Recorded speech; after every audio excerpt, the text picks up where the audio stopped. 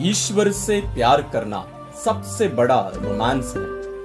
उन्हें ढूंढना सबसे साहसिक कार्य, उन्हें पाना सबसे बड़ी मानवीय उपलब्धि। ईश्वर से प्यार करना सबसे बड़ा रोमांस है, उन्हें ढूंढना सबसे साहसिक कार्य, उन्हें पाना सबसे बड़ी मानवीय उपलब्धि।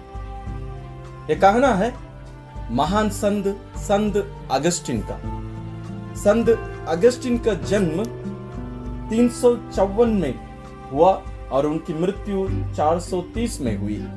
इनकी मां मोनिका इनके लिए 18 साल प्रार्थना करके इनका मन परिवर्तन पाई और उस मन परिवर्तन के बाद ये एक पुरोहित बने और एक महाधर्माध्यक्ष और हमारे क्रिस्तीय इस शास्त्र के एक महान लेखक ये माने जाते हैं। और इनके लेख आज भी हम जो पुरोहित बनते हैं, फादर बनते हैं, आज भी इनके लेखों को पढ़ना, अध्ययन करना अनिवार्य है। यदि आपको अवसर मिले आप इनकी जीवनी जरूर YouTube चैनल से देखिएगा। आज हम इनके इस महान कथन के बारे में मनन कर रहे हैं। इनके साथ वचन से भी, जैसे हम हर दिन करते आ रहे हैं, इससे जुड़ी एक वचन लेकर हम मनन करेंगे। आज ये बहुत ही रोमांटिक बात है, क्योंकि हम ईश्वर के साथ हमारे रोमांस के बारे में मनन चिंतन करने के लिए संत अगस्तिन द्वारा बुलाए गए हैं। संत अगस्तिन के बारे में यदि आप नहीं जानते हैं, एक बात आपको मैं बताना चाहूंगा। संत अगस्तिन एक महान साधारण मनुष्य थे। महान और साधारण दोनों कहने का मतलब यह है, क्योंकि वे ईश्वर की खोज में थे और उनको पाने के लिए वो हर जगह गए। उस समय जो अलग अलग विचारधाराएं थी, हर लोगों के पास वे गए। वास्तव में उनके बचपन में ही वे बपतिस्मा प्राप्त नहीं किए थे, क्योंकि उनके पापा एक गैर क्रिस्तीय थे। उनकी मां मोनिका क्रिस्तीय परिवार से थी। लेकिन संत अगस्तिन एक दिमाग से चलने वाला लड़का या आदमी होने के कारण वे दुनिया में ढूंढे हर चीज, विशेष रूप से ईश्वर की खोज करने निकले और वे कहीं भी ईश्वर को नहीं पाए। संत मोनिका अपने बेटे के लिए ईश्वर से 18 साल घुटने के बल आंसू बहाते बहाते प्रार्थना करती रही। ईश्वर उनकी प्रार्थना सुनी और उनका मन परिवर्तन हुआ। ना केवल मन परिवर्तन हुआ, वे एक पुरोहित बने और धर्माध्यक्ष बिशप बने। उनके इस कथन का मतलब क्या है? ईश्वर से प्यार करना सबसे बड़ा रोमांस है। वे इस शब्द का उपयोग कर रहे हैं। अंग्रेजी में वे ये कहते हैं, to fall in love with God is the greatest romance. असली में हिंदी में उतने जोर के साथ नहीं बोल पा रहे हैं। उसका अनुवाद करते समय शायद उसके जो गहराई है, मुझे पूर्ण रूप से मैं उसको प्रकट नहीं कर पाया हूं। लेकिन उनका कहना देखिए, ईश्वर से प्यार करना सबसे बड़ा रोमांस है। जब हम ईश्वर के प्यार के बारे में सोचते हैं, क्या कहीं रोमांस दिखता है? नहीं, हमें ये सूखा प्यार जैसे लगता है। ईश्वर मनुष्य बने, हमारे लिए दुख उठाए, मरे, पुनर्जीवित हुए और हमारे लिए स्वर्ग में विराजित हैं, वो इंतजार कर रहे हैं। एक बहुत अच्छी कहानी या एक कल्पना जैसे लगता है और इसमें कोई मजा नहीं, जैसे हम कहते हैं ना, कोई मजा नहीं इस लव में। लेकिन संत अगस्तिन कहते हैं कि ये सबसे बड़ा रोमांस है। ईश्वर के प्रेम में रोमांस है। कैसे? क्या आप किसी से प्यार करते हैं, वो किसी भी प्रकार का, आप उनके लिए क्या कर सकते हैं?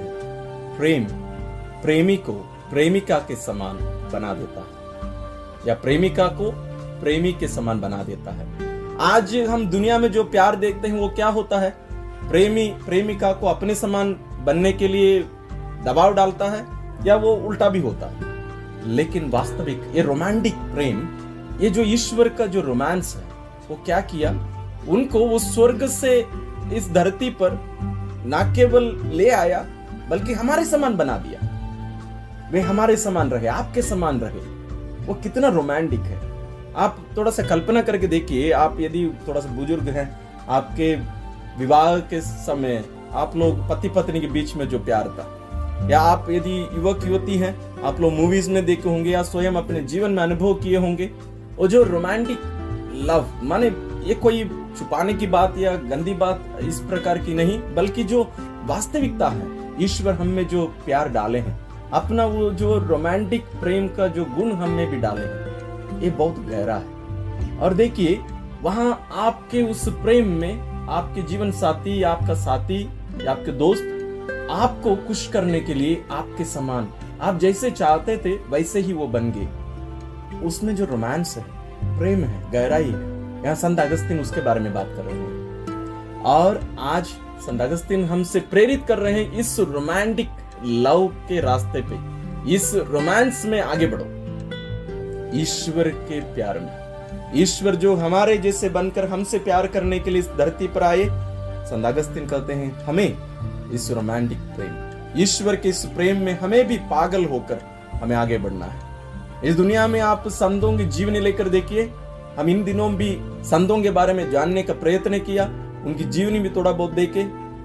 एक छोटा सा उदाहरण, असीसी के संत फ्रांसिस, आप उनके बारे में थोड़ा सा जानने का प्रयत्न करिए, उनकी जीवनी देखिए, हिंदी में जरूर YouTube वीडियोस मिलेंगे आपको। वो आदमी ये दुनिया की खुशी और आनंद और सभी रोमांस में लगा हुआ था, लेकिन जब यीशु को जाना, वो अपना सब धन दौलत, ये दुनिया का मोह माया, खुशी आनंद सबको त्याग कर यीशु के प्रेम में पागल होकर नंगे घर से निकला। अपना जो पहना हुआ कपड़ा भी निकालकर अपने पापा के हाथ में देकर वो निकल गया घर से। उतना पागलपन है इस प्रेम में।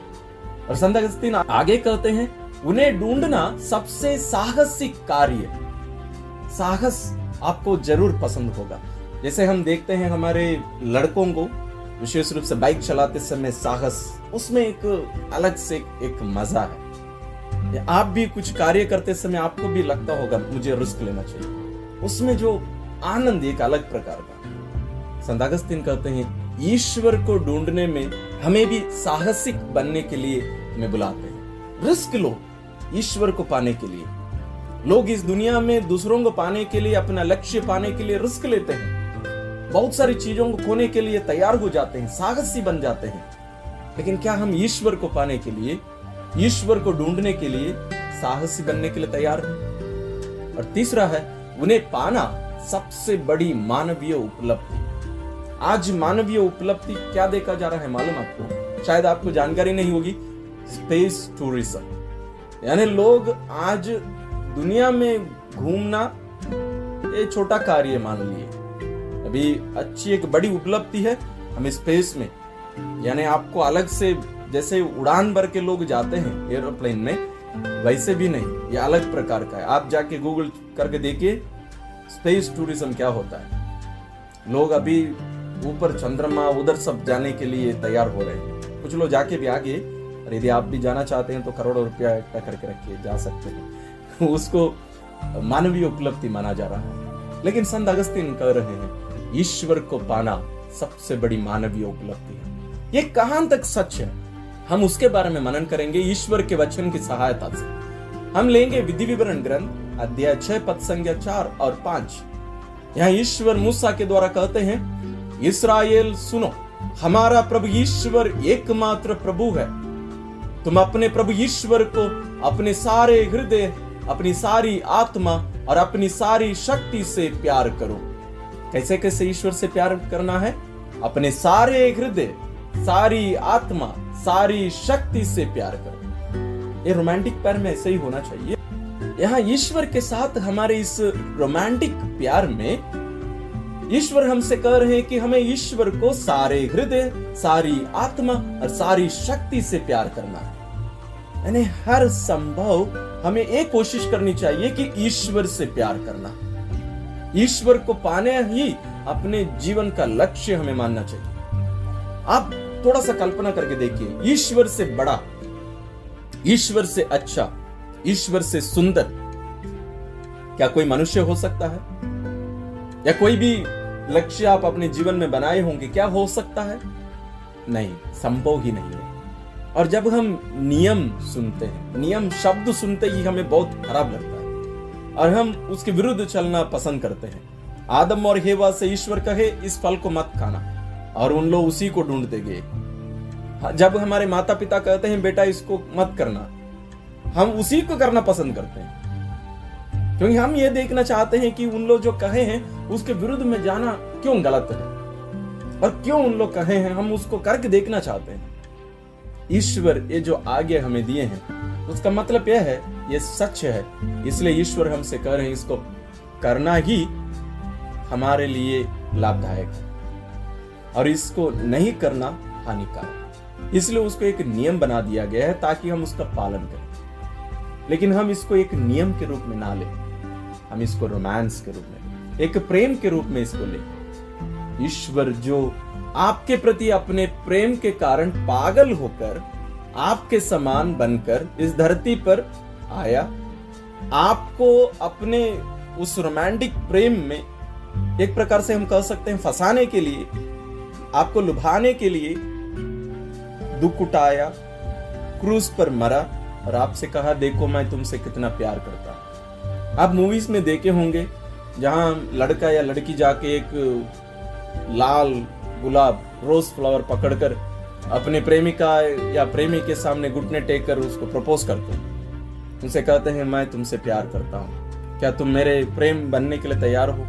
या बनोगे। यीशु भी उसी तरीके से हमारे सामने आए, लेकिन फूल लेकर नहीं, क्रूस लेकर, अपना जीवन, अपना उस छेदित हृदय अपने हाथ में पकड़कर वे आपकी ओर अपना हाथ बढ़ाकर आपसे पूछते हैं देखो मैं तुमसे कितना प्यार करता हूं, मेरे रोमांटिक प्रेम के देखो।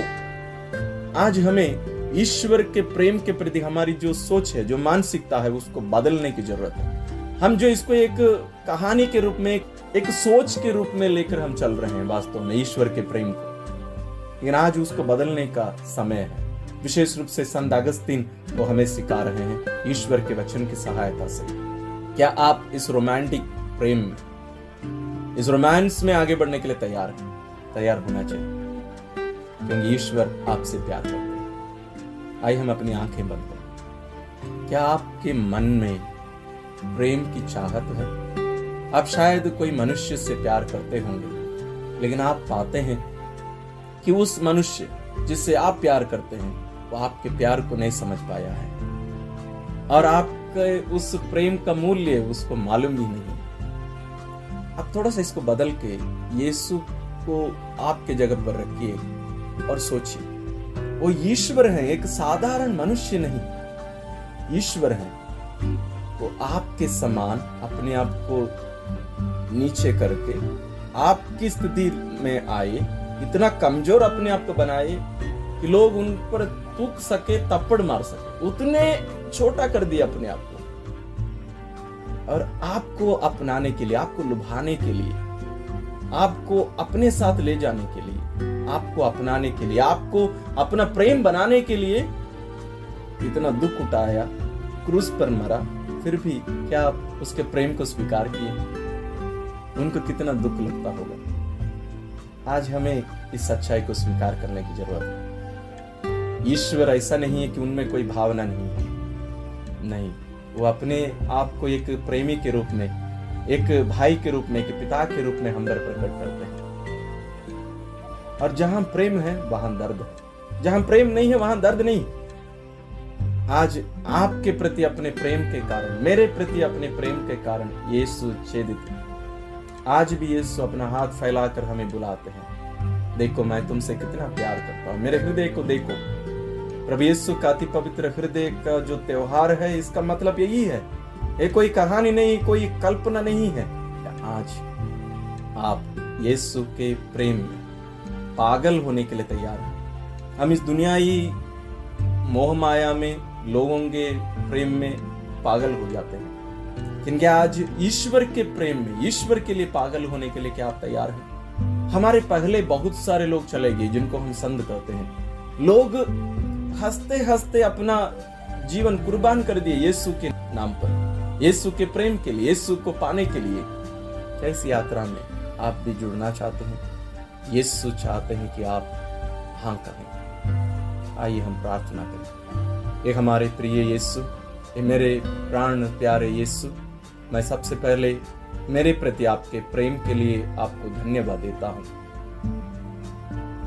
आपका प्रेम अकथनीय है और मैं आपसे माफी मांगता हूँ, विशेष रूप से उन सभी क्षणों के लिए जब मैं आपके प्रेम का अनदेखा किया, आपके प्रेम को अस्वीकार किया, आपके प्रेम को एक कहानी के रूप में मैंने लिया, एक वास्तविकता के रूप में, सच्चाई के रूप में मैंने नहीं लिया। मैं आपके प्रेम पर विश्वास नहीं कर पाया। मैं ये स्वीकार नहीं कर पाया कि मुझ जैसे इतने कमजोर पापी मनुष्य से आप इतने विश्वमंडल के ईश्वर कैसे मुझसे प्यार कर सकते हैं। ये कहकर मैं कभी आपके प्रेम को स्वीकार नहीं कर पाया, आपके प्रेम को मैं कभी सच नहीं मान पाया और इस कारण मैं आपको दुख दिया हूं, मैं आपके प्रेम को ठुकराया हूं, अनदेखा किया हूं। उन सभी क्षणों के लिए मैं आपसे माफी मांगता हूं और आज हमें आप कृपा दीजिए कि हम आपके प्रेम को समझने पाए, अनुभव करने पाए, स्वीकार करने पाए और हम भी आपके समान इस प्रेम की यात्रा में आपकी खोज में निकले और आपको पाना ही हम हमारे जीवन का लक्ष्य, हमारे जीवन का उपलब्धि मानकर इसके लिए अपने संपूर्ण जीवन अर्पित करने की कृपा हम सबों को दीजिए। प्रभु यीशु, यहाँ हमारे साथ इस प्रार्थना में जुड़े हुए आपके इन भाई बहनों को, आपके इन प्रियजनों को आपके हाथों में अर्पित करता हूँ। उन्हें हर एक को आप आशीषित करिए, सभी को अपने आशीर्वाद से भर दीजिए।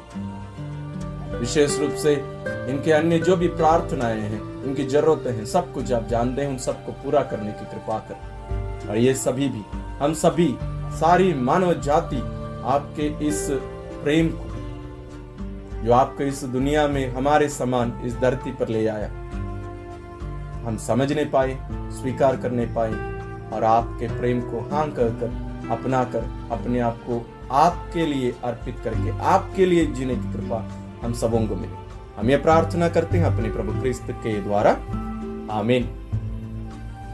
महान संत अगस्तीन के द्वारा ईश्वर आप सबों को आशीर्वाद प्रदान करें।